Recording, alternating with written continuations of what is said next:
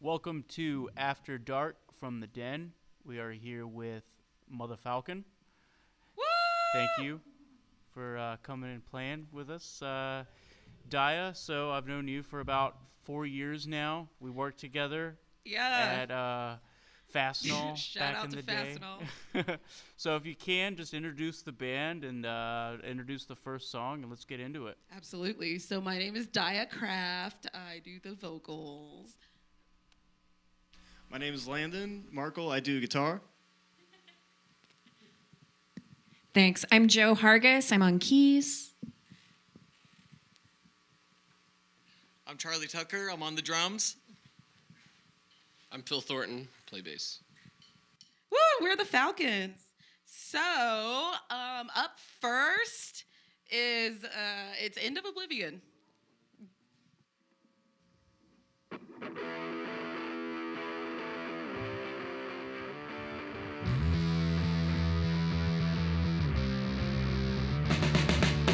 In the state of desolation, into illogical manipulation, who is trying to shade the population from the side of spirit suffocation. Human lives will always pay the price for greed, consumed blood of the poor. You ask yourself, who do you want the help when they are your souls on for their war? You're gonna cry cause you don't know why life will never be as simple as it was before.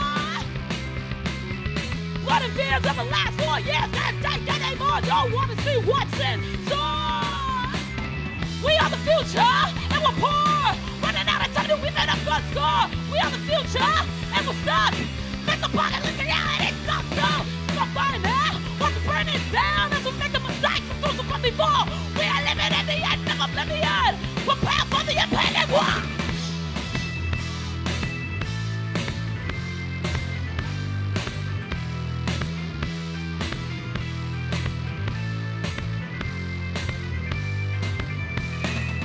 In 10 years since I got left, I'm gonna spin the next row or press. In 10 years since I got left, I'm gonna spin the next row or press. We are the future and we're poor. Running out of time to even up God's score. We are the future and we're stuck. This apocalypse reality sucks up. And by now, watch it burning down as we make the mistakes of those who come before. We are living in the end of oblivion. Prepare for the impending war. Nice. Thank you. Yeah, I love that song. I was listening to it on the way up here, actually. Oh, you are? Yeah. Who produced that? Because it sounds like really tight on the recording. Like. It was Sean from Dang Records. Okay. Yeah, he did the. Yeah. So was that just a single you recorded then? Yeah. When was it released? It was released during COVID, right? Wasn't it? Yeah, it was COVID? 2020 or 2021. Yeah, like literally, I think December. It was like cold outside. January. Yes, that's also our first music video. Nice. Okay. Yes. Cool. So if you can just talk about how you started the band, how you met each other, or if you had already known each other before the band, and just kind of introduce the story. Yes. So me and Landon, right here, we met each other working at Rockfish in Flower Mound. Yeah. Which we, for our fellow service industry people, we have a song called Lockdown Terminal 2. Yes, listen to it. It's about serving. So yeah, Daya and I met at Rockfish. I've lived in grew up in Highland Village, and I was working there at the restaurant. And Daya moved from Houston. Well, you actually moved from what? Tyler, Texas. You're going to school. And then we became friends. She was in the Denton scene, and we started going to watch all the cool bands and just getting into the scene and and I've played guitar ever since I was in kindergarten. So we just started jamming, and then we're like, hey, let's just, get out there and start. Because, we both love music, getting into, like, Arctic Monkeys and Jack White together and stuff. So Yes, that first Arctic Monkeys album, it's called Whatever People Say I Am Is What I'm Not. If you haven't listened to it, please listen to it. That was a lot of influence. Mm-hmm. So, yeah. Yeah, and I think, if I'm if I remember correctly, I remember like listening to an interview of the lead singer. I can't remember his name, but Alex Turner. yeah. So I think that album actually came about because it was like a set of demos that he just like spread around to people that he knew, and people kept sharing it, and so it was a really cool story. You should look it up to just confirm, but I think that that's like the story of the first Arctic Monkeys album. It was just like a CD that they shared of demos that they recorded. But that's awesome. So that song in particular, and I kind of wanted to talk to you about this a little bit, but I feel like we have very different styles of music. I mean, the style of music that you play is stuff that I listened to all throughout high school, really. I was like a huge Dead Kennedys fan, and Crass, and just like the 80s punk scene in general.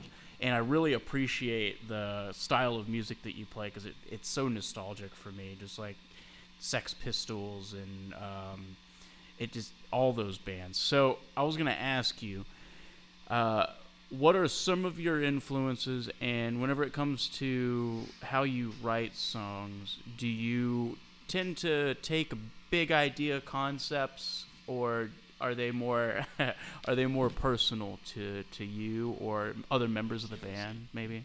Well, me being the one that writes the guitar, for the song, sometimes it starts with the guitar riff, and it's all a lot like what we're looking for, what Di is looking for, because I'll come from like a place of like blues kind of background, so we'll take the same song but just play it like, faster, or switch through the chords fast, and then it makes it kind of more punk.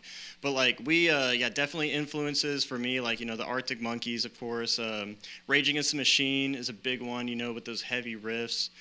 And then I think there was one more I was gonna say, but basically that. The early Falcon, you did have a lot of Hendrix going on too. Yeah, and then as far as the writing, like you said about so for me, it's very, very personal based. Over the panoramic, the pandemic, I did kind of like get a little more into concept writing, and so just musicians with ADHD. I have a lot of unfinished songs, but it's all from a very personal place, I definitely got that sense just like listening to some of the lyrics and knowing you, but I like that. A lot of people really connect with that, so. Absolutely. Yeah. Well, how did you meet some of the other members of the band? Of course. So, there have been several Falcons. So I joined the Falcons when a previous keyboardist, Matt McNabb, he wanted to focus more on theater, and I was actually performing with this theater company, Sundown Collaborative Theater, at the time, and so we just sort of like high-fived and switched creative projects. And I've been having a lot of fun with this as like a musical outlet and also like a political outlet, just because like the themes that we talk about,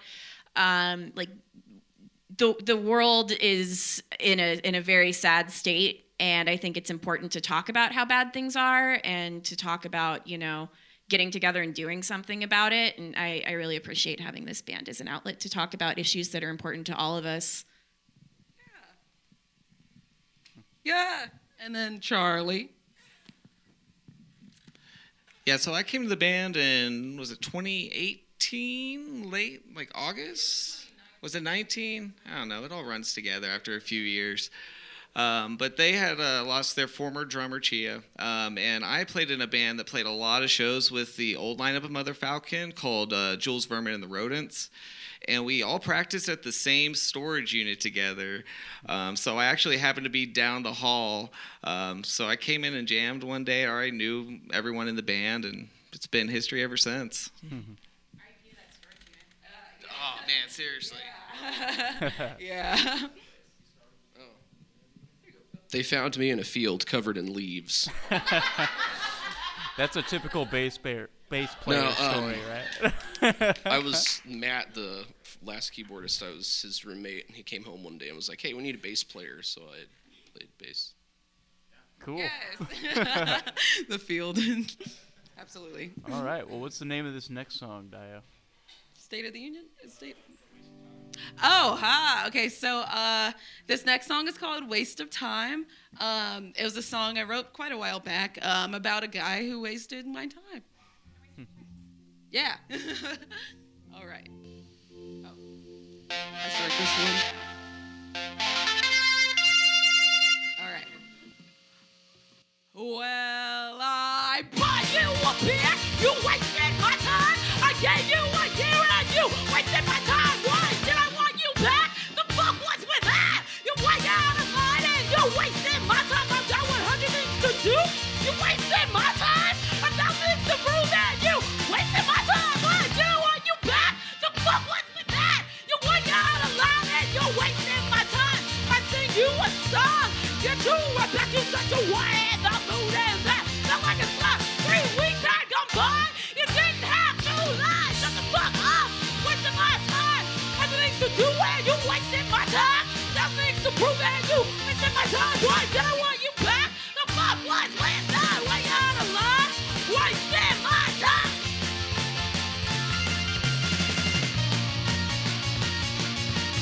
Give it up for Mike. Hey, hey, hey, hey, hey, hey, hey, hey.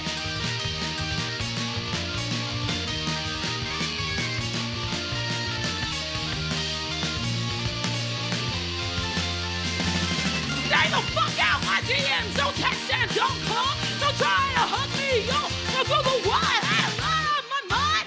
Always be my have a nice life. I'm done wasting my time. Other things to do. You wasted my time. Now things to prove and you wasted my time. Why did I want you back? The fuck was with that? Way out of line. Wasted my time. Always be fine. Wasted my time.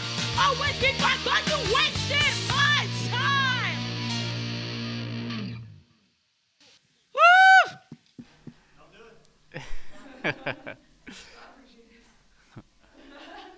So it's one of my favorite songs of yours, actually, because it just stays in my head for like 3 days after I hear it. Like I'll be like in my apartment and be like find myself singing. I was like, damn it.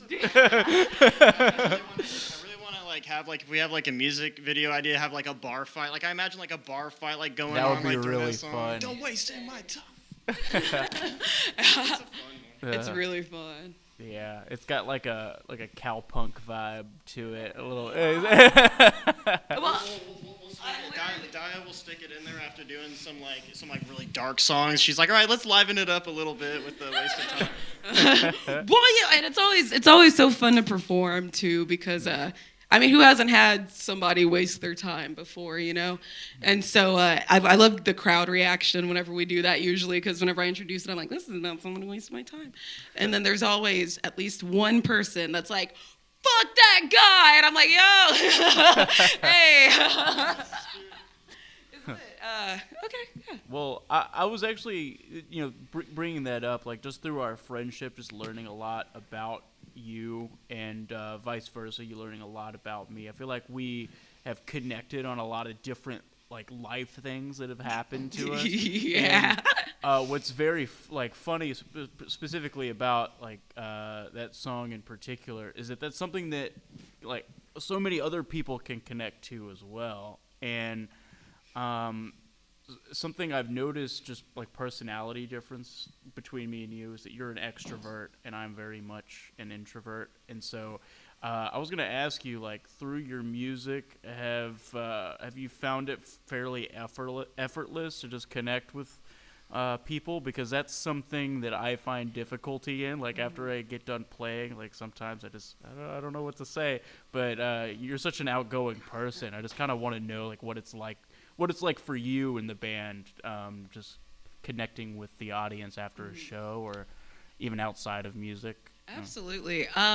So for me, I mean, it's been effortless this whole time, but I will say, so I stopped drinking 84 days ago, and something that I've noticed, what it's done kind of with my personality is I'm low-key kind of an introvert a little bit these days. Like, I go home and I'm happy to be home. But but at the same time too, whenever I have a show and stuff, like it's still kind of like before. I'm still like, oh, thank you. Like, I try to talk to everybody in the room, and just be like, thank you for coming out. Especially like the people who were really getting into it. I'm like, hey, yeah. And so it's always such a warm feeling. People are so nice. I feel like with like how hard Dia goes on stage, or we'll open up them, so it's a lot easier for her to approach because they already see her and like want to talk to her, so she comes up and be able to do that. But you've always been like really outgoing. Like you say, you've been staying home lately, but you used to be going out all the time. Meeting people and just networking stuff. Before you were even like really trying to network, you were already networking. Anybody else? I have nothing to add.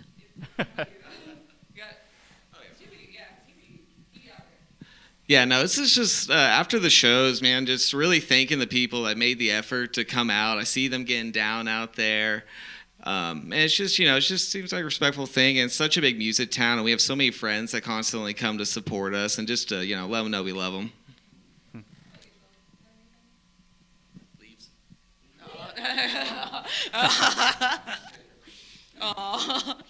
But yes, thank you to all of our amazing fans for coming out. We love you. So my next question is, do you have any plans for an album? Have you been writing? Have you been recording anything? So we have been we've been in the process of re-recording our first album for quite some time now. The good old pandemic kind of threw off a lot with it, but we've been slowly but surely picking it back up and just kind of getting back with it. But the plan is to re-record the first album, and we're adding a couple of other songs on it as well. And that's just for the album. There's also a lot of stuff I'm not really going to get into that I have in mind whenever it comes to the album. But I have been writing a little bit more lately. I was telling Joe, I'm like, I've been kind of on a writing kick, so revisiting old songs and finishing them and just working on new stuff. And so yeah, there are new things. There's at least an album in there somewhere. All right. Yeah, because it's kind of like like Taylor Swift. It's the Falcons version essentially, because just there's a lot with the first album that we're just better at now. We sound better now. Was that your first recording experience as a band? That was for me. With all of you together. Me and Landon had never recorded anything before, really? And so Okay. vocals are a little rough on that one for me. I totally get it. So, yeah. I listened to old stuff that I did, and even stuff on our first album, like. I can't listen to it. Yeah. Band members and stuff too, so it's all just kind of like a new, improved, and after COVID and everything, really like dig our like nails into it and stuff. So it's just we want to like redo it, but like do it the way that like on our terms, Right. Yeah. Okay. Yeah, because we want to do it on our terms and just kind of just have more production value with it as well. Cool. Well, what's the name of this next song then? State of the Union. Yeah. All right.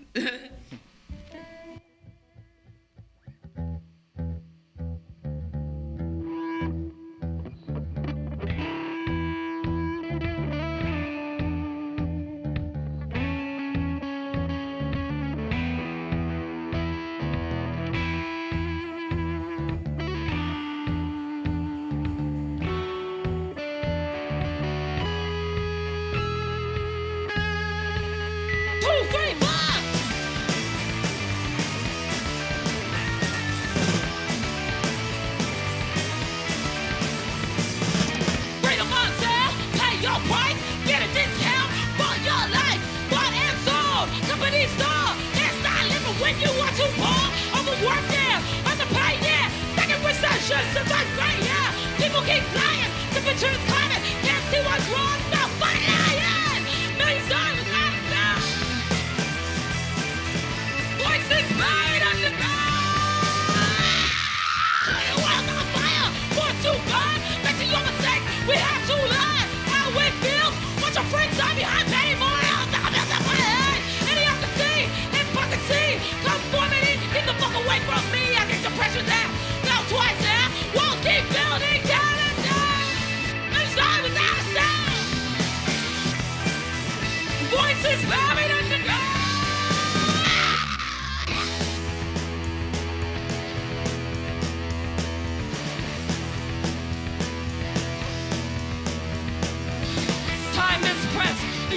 why people lost stress, and you wonder why surrounded by death, and you wonder why you say what I said.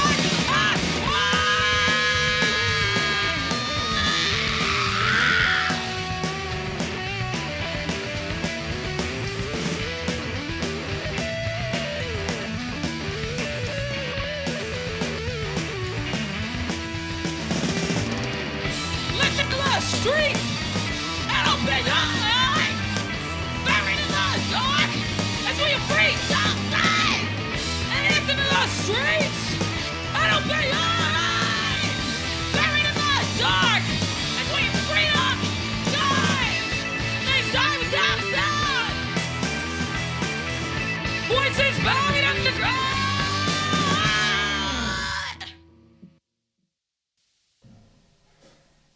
Nice. You lost your monitor over there. Yeah, I did. I was like, I was looking down. I was like, I knew something was gonna happen this episode. Yeah, it was a matter. I know. I figured too. I was like, oh, that yeah. Okay, that explains that. Because I was like, I can't hear me. So I was just like, roll with it. Did it sound okay? Yeah, sounded I thought great. it- Sounded great. Yeah, awesome. So, we've talked about this a lot, just like over the phone, or I mean, we live like right down the street from each other. Yeah, we're so- literally neighbors. But a lot has happened specifically with the venue side of Denton, and it's kind of sad to see how some of it has played out. I think that there's a lot of room for opportunity through a lot of the changes that have been happening locally. And I kind of wanted to know, what do you see as kind of rectifying some of the issues with dying music venues, and then the short resurgence of music venues in Denton? Do you see a solution, or how has the band been sort of managing that? Because I know that just like as a Denton band, it's kind of disheartening to see like your favorite venue go away and then have it come back in a different way, and there's a lot of people that seem unsure. So I just want to know how you guys feel about it. First things first, bring back Backyard on Bell. Oh yes, please.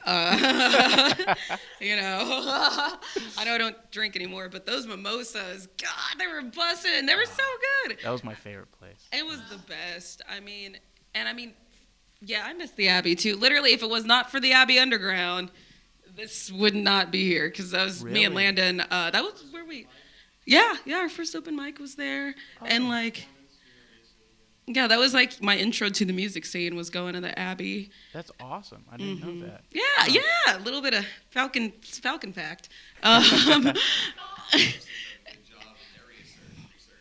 Absolutely. Rubber Gloves is awesome.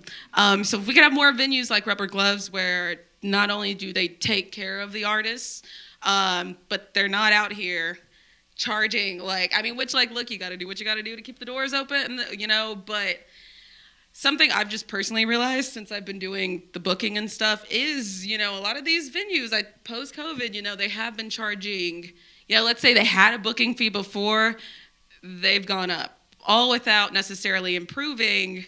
I mean, even if you can't, whatever, I get not being able to fix, getting a new sound, better sound and all that. But at the same time too, I mean, if you're going to do that, at least kind of make things a little more comfortable for our fans as well. How are you going to charge this much off the top and stuff, but you just got one bartender working, you got people waiting and stuff, and then you're only giving us one drink ticket, that's just how it is. But at the same time too, I just think that general understanding, I think, from the venues, as well as for the artists and stuff, would really kind of go a long way, because at least we could understand things from their point of view a lot more, but also so they can kind of see things from ours as well, because, for one thing, it's so expensive, gas, food, your rent, who, you know what I mean? Yeah, We're all there's a really lot of out here. economic and social factors that are underlying a lot of these issues too.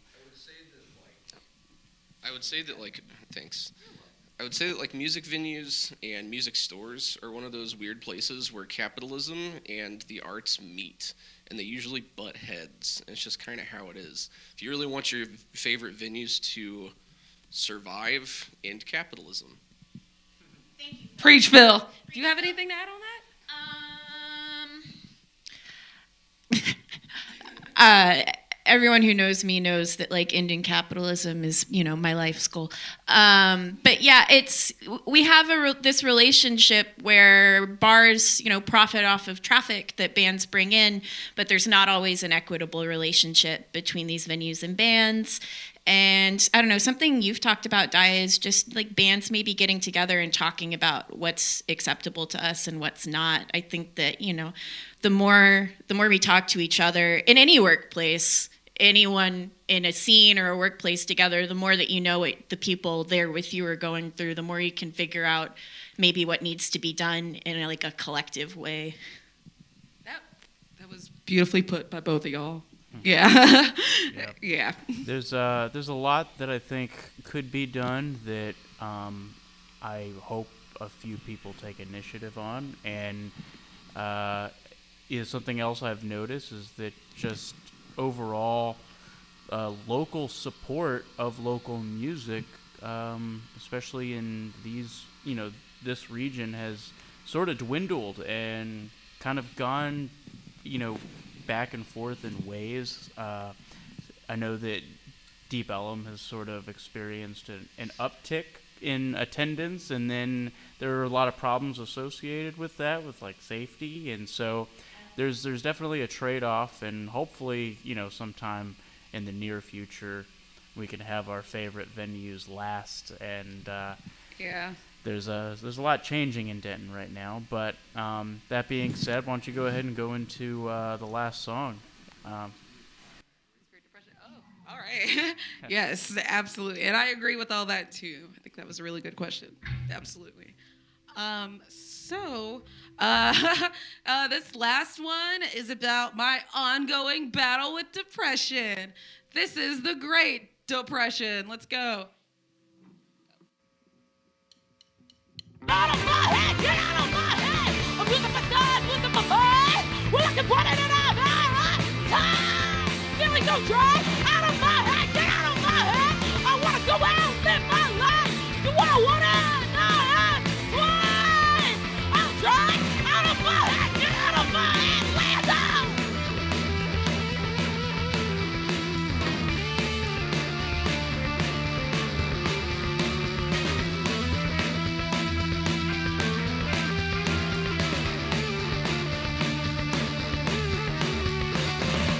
It's gonna be great, it's gonna be fine, it's gonna be great, it's gonna be fine, it's gonna be great, it's gonna be fine, it's gonna be great, it's gonna be fine, it's gonna be great, it's gonna be fine, it's gonna be great, it's gonna be fine, it's gonna be great, it's gonna be fine, it's gonna be great, it's gonna be fine, feel good, it'll be alright, it'll be alright, feel good, it'll be alright, look at my time, look at my mind, I can find it in a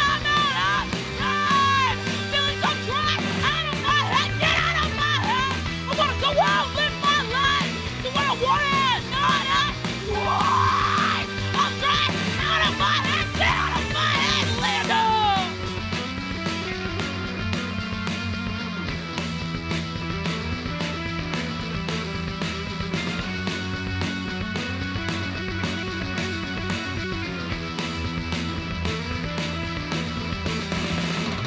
I'm losing my time, losing my mind, I can put it in out now.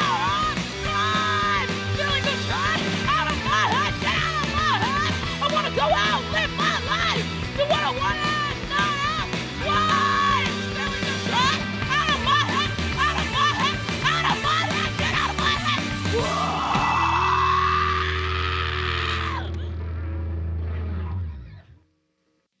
Thank you. All right. Thanks for watching After Dark from the Den. Thank you.